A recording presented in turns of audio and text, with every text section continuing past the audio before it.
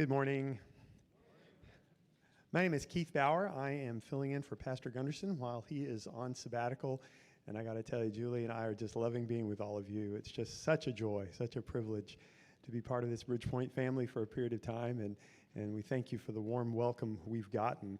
I've told you a little bit about my own story and sort of the intros and setting up the various sermons. I think I left you last week with me finally making the decision that God had pretty much made unmistakably clear to us that I needed to get out of that job that had me traveling all over the world so much and being away from church and family, and just to trust Him and launch out on my own.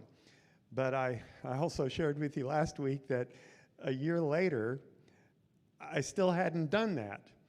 And by the time I finally made the move that God was clearly leading me to make, a year later, I started my own firm right into the teeth of a downturn. And as those of you who are in oil and gas know, we all know how cyclical it is. And when things aren't going too well, the consultants are the first to go. So this was a bad time to try to start a consulting business. So had I just blown it, had I just messed up whatever God wanted to do through me, I had my chance a year before. I blew it. That's it. It's all, whatever God had in mind, I guess it's off now. Well, not at all. It ended up taking a little bit different path, but through it all, God showed Himself to be faithful and powerful. And I'll tell you a little bit more about that later. But that's exactly the kind of moment that we're about to see in our story of Esther. You know, it's interesting. We've been calling this series Courageous Faith, Trusting God when times are tough. But what's fascinating about chapter 6 is nobody trusts God in chapter 6. In fact, Esther doesn't even show up in the chapter.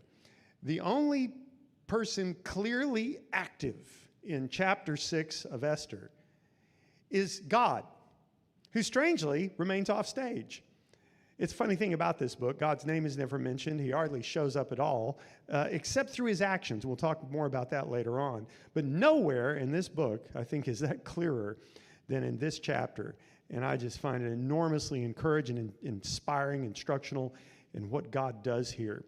But you remember where we left the story off. We had the luncheon that Esther had held for the king and for Haman, and she was supposed to talk to the king about this plot that Haman had schemed up and worked up, and that was going to result in the execution of Jews all over the empire. He'd lied to the king, and she wasn't sure what the king could do about it, but if anybody could do anything, it would be the king, and so she felt like he needed to know.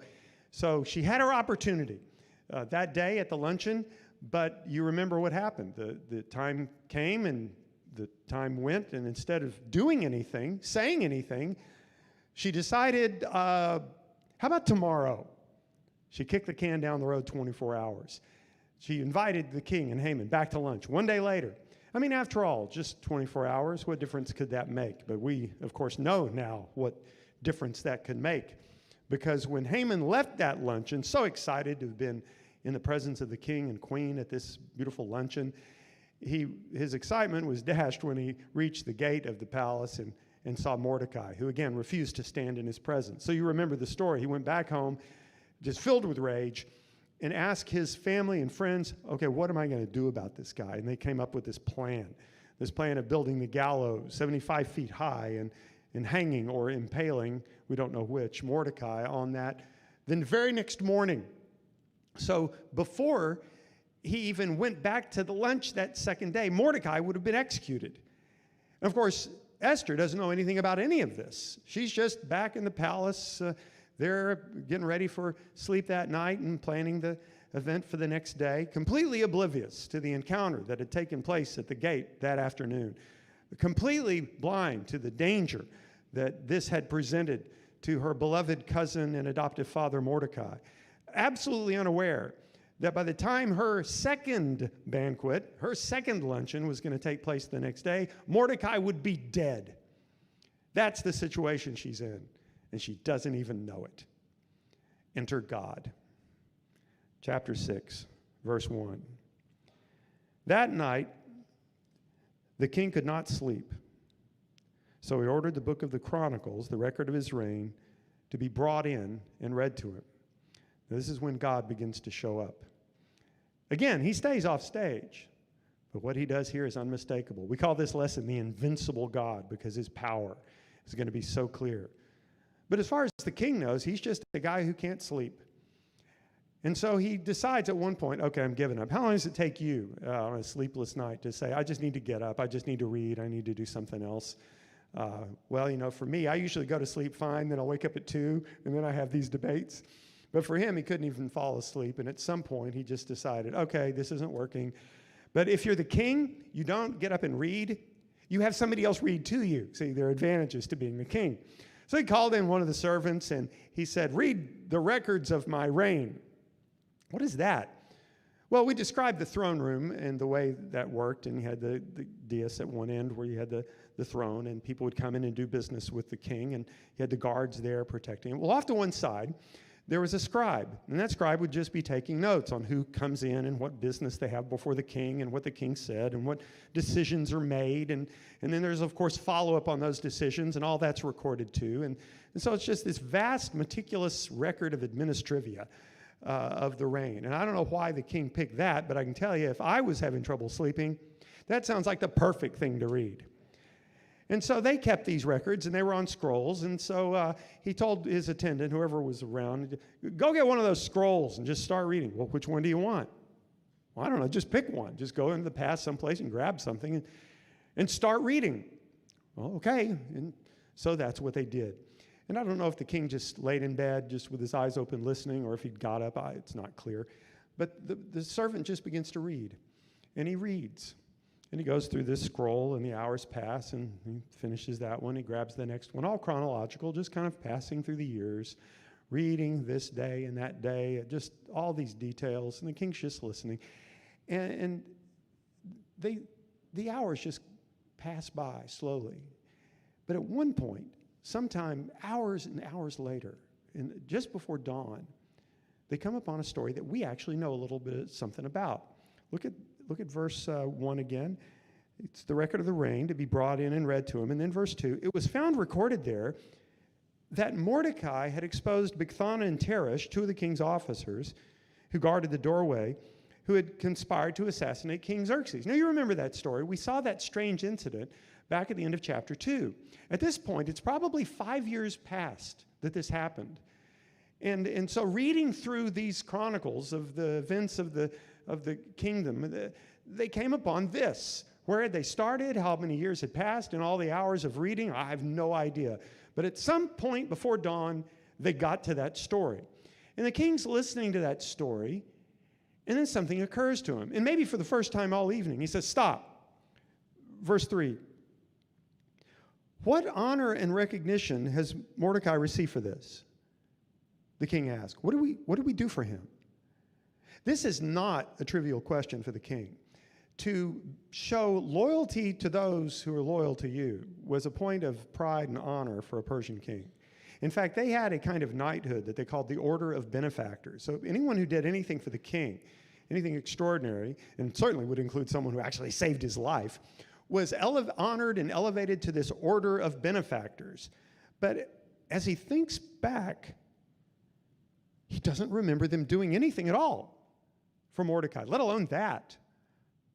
Well, and so he asked, what did we do for that guy?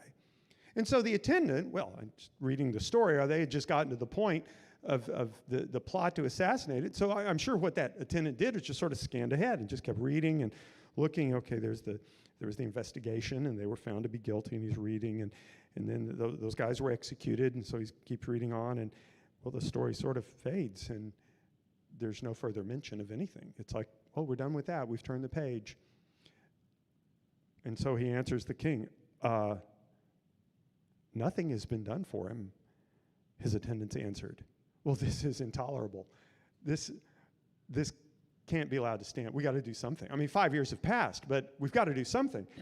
So the king said, who's in the court?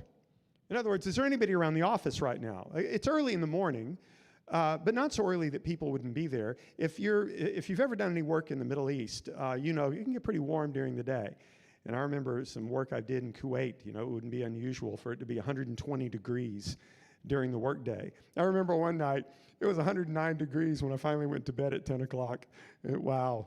So it's not unusual for people to begin their day very, very early, especially back then, and kind of wrap up most of the work before the heat of the afternoon and then relax during the heat. So sure, it's before dawn, but people are starting to come into work, and he asked, is there anybody else in the court, anybody outside here in the office? Well, why do you ask that? Well, these people are just meeting fools. If there's a question, they want to have a meeting.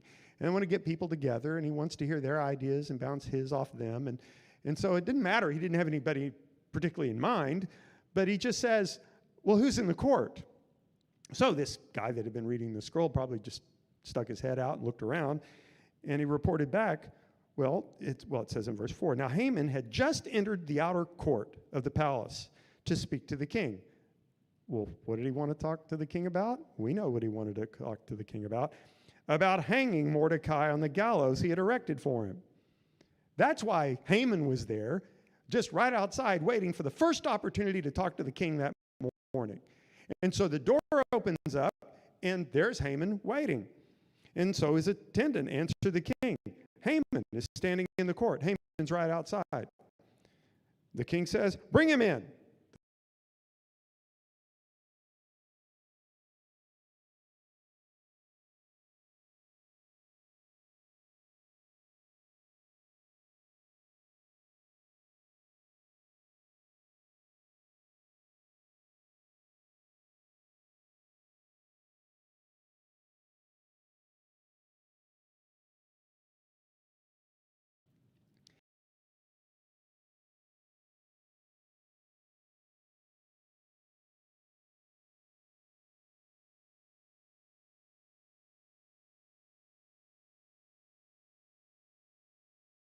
In and how his execution is imminent. But just watch these coincidences begin to stack up.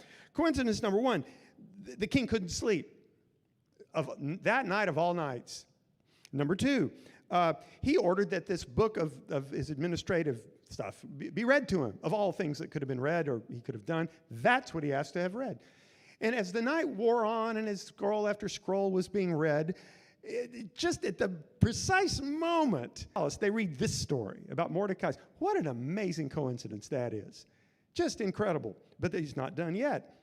And what a coincidence that back there 5 years prior, that when this big plot had been hatched between Bigthana and Teresh to assassinate the king, and remember, they're his last line of defense. They're like a Secret Service detail. That Mordecai, of all people, should be the one to find out about. That's an absolutely amazing thing. And that somehow, what a coincidence, that he actually knew somebody in the palace, Esther, that he could work the way through, maybe through Hathach or one of the other people, and get the message to the king. And what a coincidence that in a culture where honoring people who'd been loyal to the king was so prized, so important, that on that occasion, they didn't remember to do anything. What an amazing coincidence. And what a coincidence that at that very moment, by the way, when Haman walks through the door, the king says, what should be done for the man whom the king delights to honor? He doesn't actually mention who it is. As Groucho Marx once said in a movie I saw, a lot of quick accidents happen around here awful fast for such a quiet neighborhood. It's obvious what's going on here. The God of Abraham, Isaac, Jacob, and yes, of Esther and Mordecai is showing off. He's showing up and showing off. And his power is unmistakable. And what's fascinating about this is there's nobody actually trusting God at this moment. There's nobody who's putting their faith in God right now in some harrowing way and stepping out with courageous. Nothing like that's happening. This is God simply choosing on his own initiative, seeing human need, understanding his plan, his God choosing to intervene powerfully on behalf of his people. Unearned, undeserved, they had their chance the previous day. If she'd spoken up the previous day, they wouldn't even have gotten into this mess. But look at how incredible it is that 5 years prior, God, knowing what would happen, set this trap. And it's just been sitting there for 5 years. Before Haman even got the job, the trap was already set. It's incredible. You know, that God doesn't respond solely to our acts of faith. Often, and in the biggest things, God takes the initiative. because he loves us and because we need him to. And of course, the greatest example of that is the cross itself. Romans 5:8, God demonstrates his love for us in this. While we were still sinners, Christ died for us. You know, he didn't wait till we turned to him. He didn't wait till we cried out to him in helplessness and in faith. No, before any of that happened, he took the initiative and he acted on our behalf. That's what he's doing here. And that's what he does in your life. Just look at how God is at work in your life. You know, God may be invisible, but his actions aren't. Look for his actions. After the first service, several people came up, and boy, they had their own stories to tell about things that, oh, you wouldn't believe this time and what this happened, and just the stories about how God showed up doing things, that amazing stories. And we're just a few of them. But I know that virtually everybody in the room would have had a story of their own.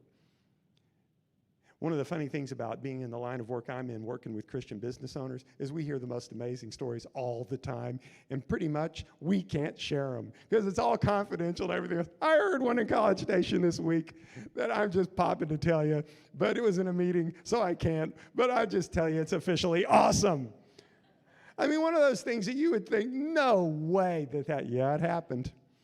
Just incredible God sighting, an Esther moment where God shows up.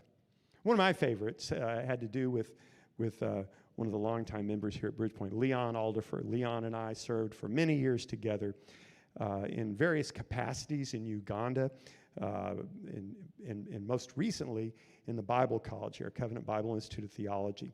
The Ugandan government has a good heart, but it's a country that has limited resources, and they make great decisions about what requirements they have for Bible colleges and other post-secondary education schools, but they can't provide the resources to make it happen.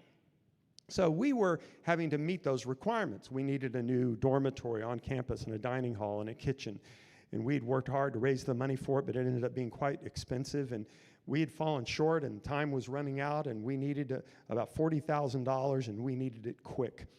Well, just about that time, Memorial Drive Presbyterian Church sent a group over to be part of, to visit and work at the orphanage that we'd also started. We did church planting and orphanages, different things that we'd all been part of together.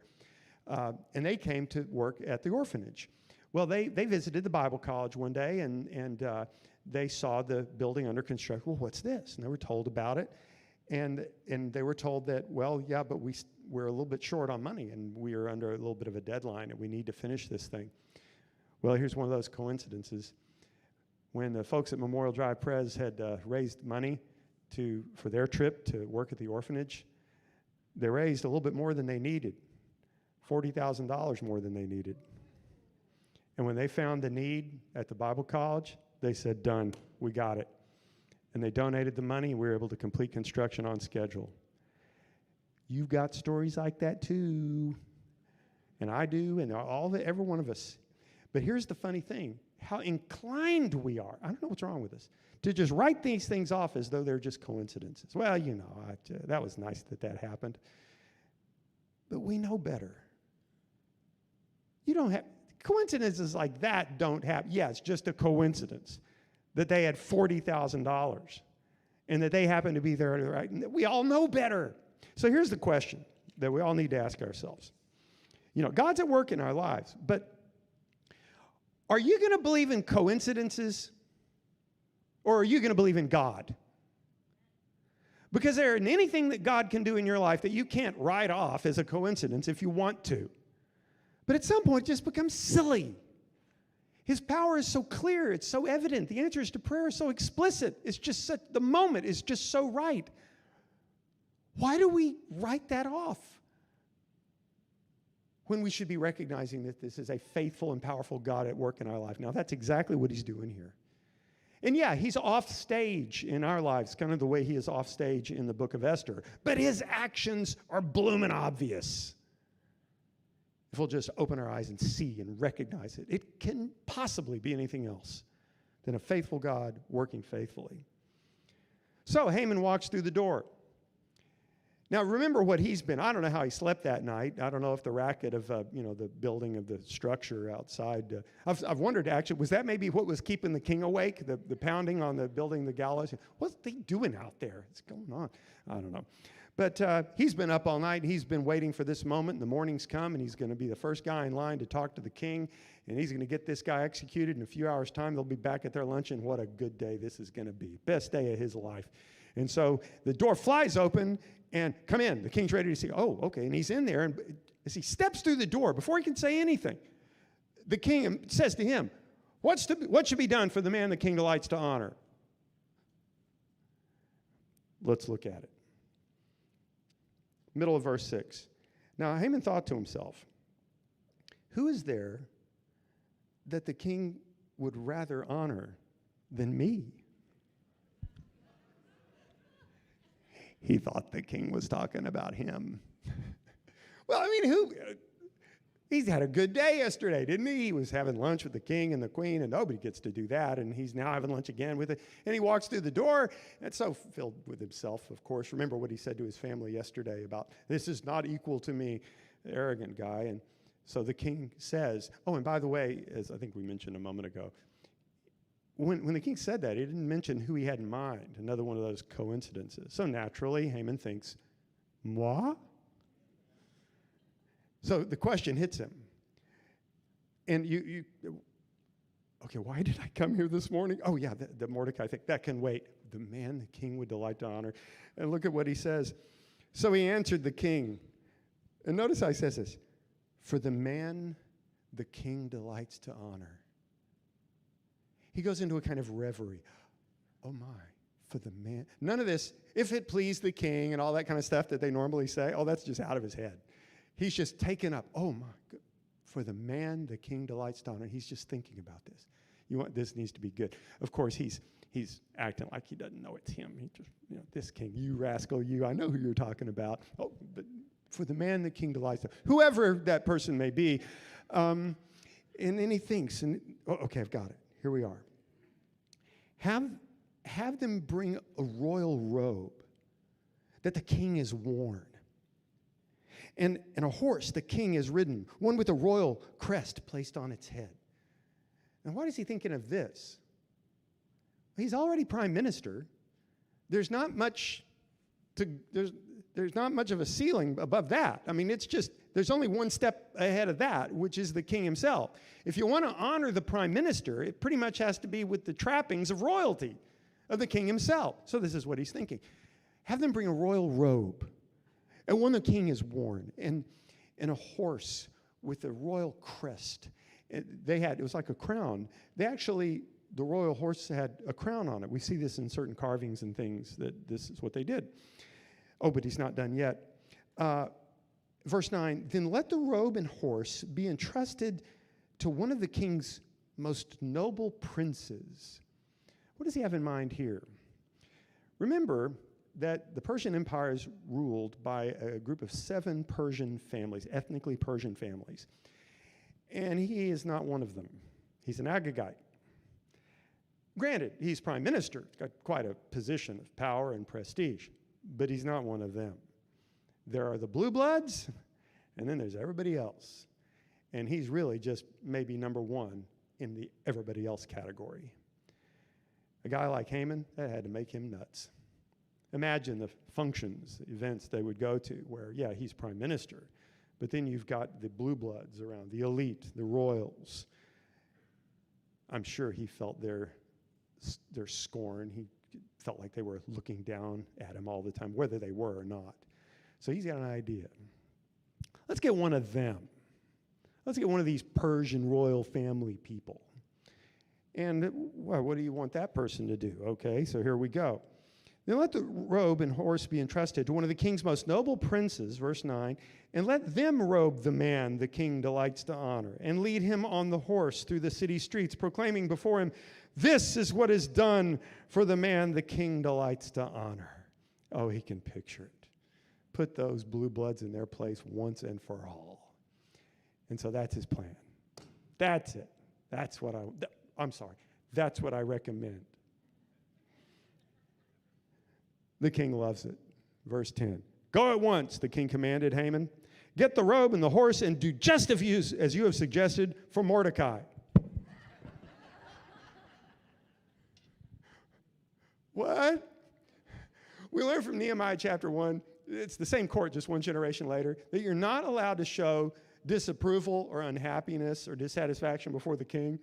So I don't know if he actually passed out at this moment, but I'm pretty sure that whatever he did, he just went blank because he couldn't afford to say, what? No, just total blank. As he takes this in, Mordecai. It's not me, it's Mordecai. And it's not going to be one of the Persian royal princes leading him around. It's going to be me. Just stunned. Imagine the look of blank, he's just stupefied on his face. And so the king says, and do this exactly as you describe it for Mordecai. Blank face reaction. You know, the Jew, the guy that sits at the king's gate. I can imagine the king saying that extra just to explain. Does he not know who I'm talking about here? You know, the Jewish guy. Yes, I know. The one that sits in the king's gate. Here's what's interesting.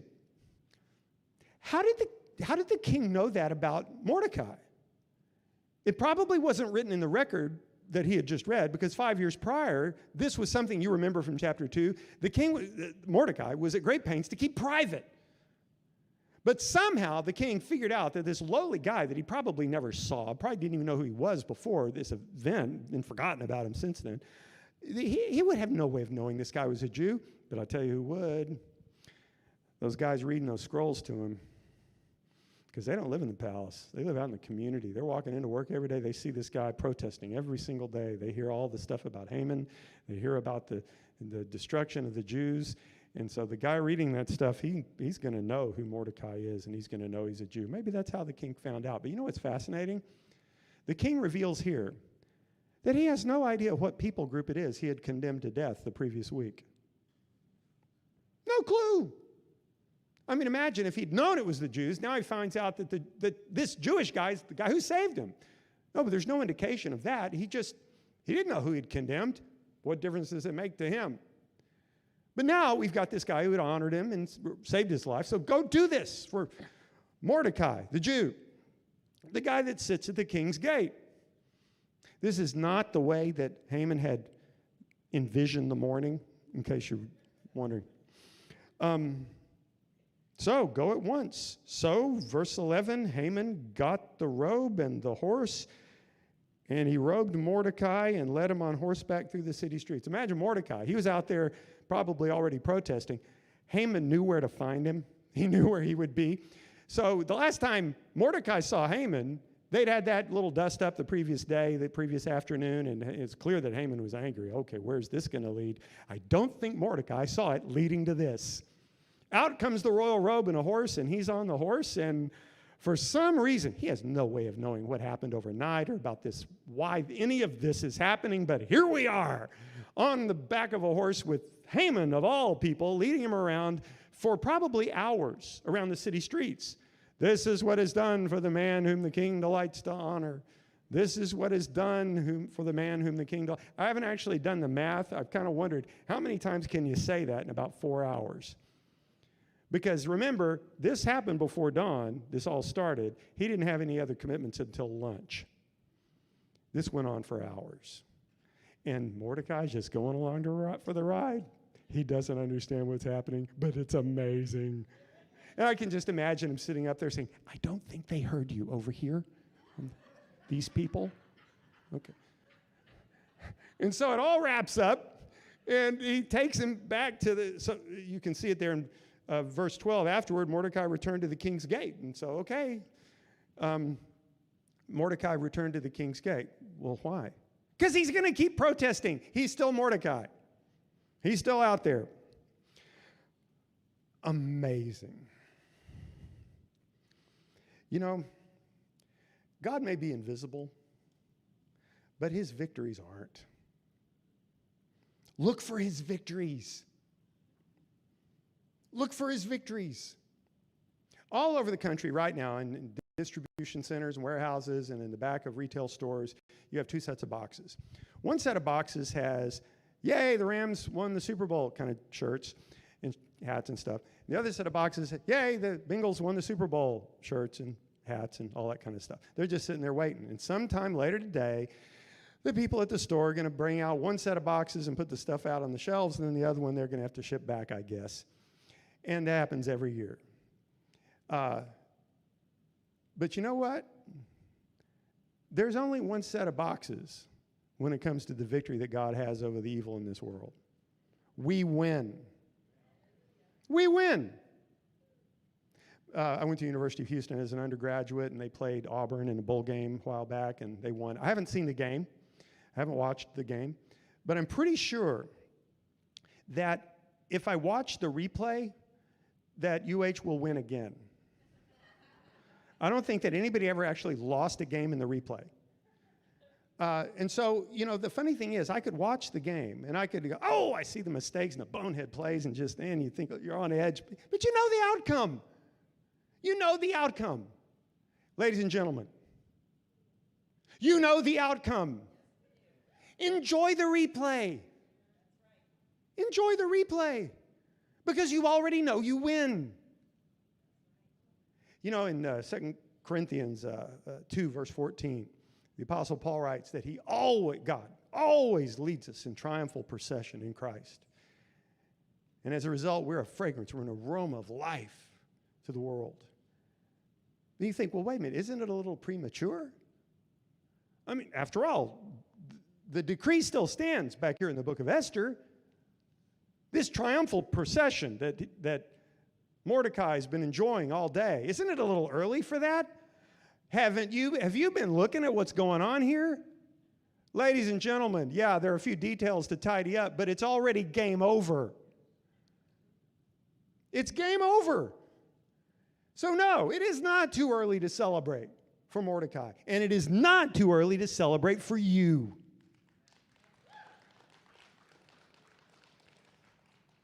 So you got a choice every day as you're kind of watching the replay and all the mistakes that you make and the bonehead stuff you do and opportunities that you miss and the scary moments you're not sure what you're going to do. I mean, you can get all worried about that stuff and fearful about that stuff and forget that you've actually already won.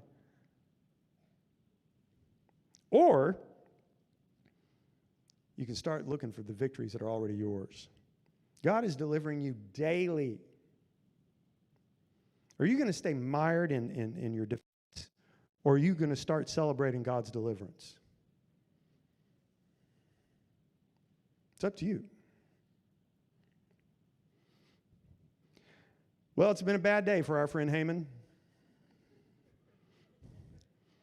Verse 12, afterward Mordecai returned to the king's gate, but Haman rushed home with his head covered in grief and told Zeresh, his wife, everything that had happened. Now, you can imagine, I mean, this has been, Mordecai is his archenemy, his nemesis, the man he hates above all others in the world. And he has spent the entire morning all over the city honoring his enemy. He can't just go back to the office. I mean, he's just, inside, he's just completely undone. He's collapsed.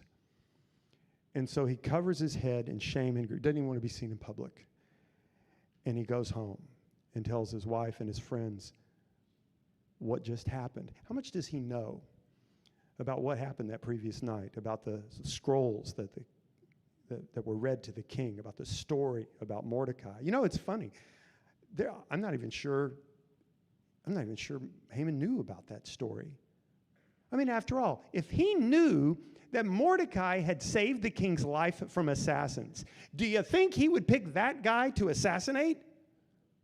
The guy who had saved the king? I'll bet he didn't even know about that story. I mean, he's not even on the scene in chapter 2 when it happens. He doesn't make an appearance until chapter 3. And he's now realizing that before he even got the job, it was game over. And so he goes back and he talks to his family. Middle of verse 13, his advisors and his wife Zeresh said to him, since Mordecai, before whom your downfall has started, is of Jewish origin, you cannot stand against him. You will surely come to ruin.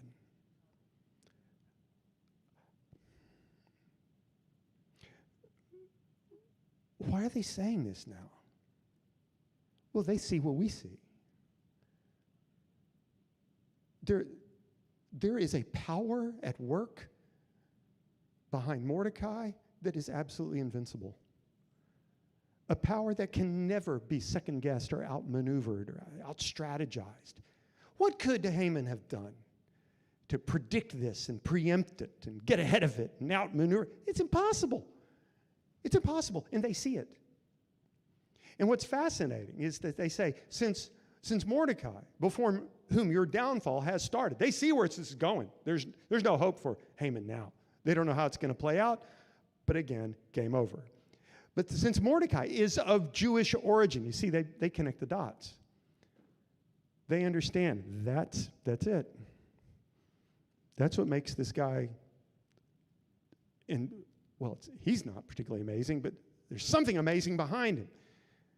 It's this God of Abraham, Isaac, and Jacob, who is apparently also the God of Esther and Mordecai. He doesn't even know the Esther connection yet. Oh, my goodness.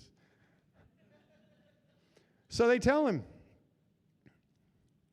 we got nothing. Your downfall has begun.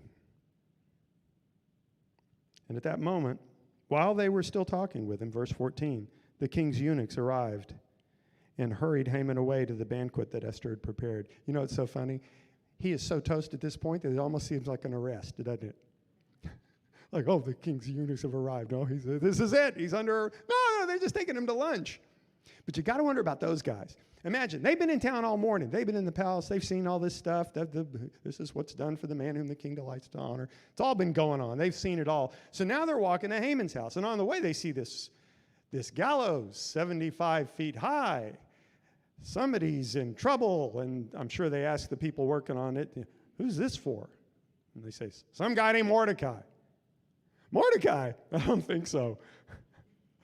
So they go on and they say, sir, we're here to take you to lunch.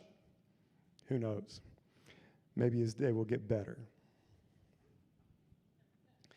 You know, God may be invisible. He may not be as visible in your life in one sense as you'd like him to be. He may seem frustratingly off stage at times, but his power is invincible. Be confident in his power. If he has already won, and we know he has, I mean, what does Paul tell us in Philippians 2? That every knee will bow in heaven and on earth and under the earth, and every tongue confess that Jesus Christ is Lord to the glory of God the Father. He wins. And so do we. Be confident in that.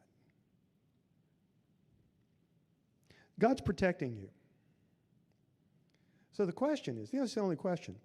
Are you going to depend on your ingenuity and your resourcefulness and all this stuff to outmaneuver and dodge and duck and weave and outthink all the things that the enemy throws your way? Or are you going to learn to just find rest and refuge in him? Because the victory he's already won. He always leads us in triumphal procession. So what's happening here in Esther 6? Well, it's just reminding us of something that's pretty important as we face all the challenges of every day, that our calling may seem intimidating, just downright scary at times, but our God is invincible. Invincible. There is nothing that can come your way that he hasn't already defeated.